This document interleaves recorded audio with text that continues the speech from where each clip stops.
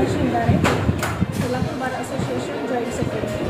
आज विधी मंच, डॉक्टर बाबासाहेब आंबेडकर विधी मंच व सोलापूर बार असोसिएशन यांच्या संयुक्त विद्यमाने आज आपण इथे रक्तदान शिबिर आयोजित आहे।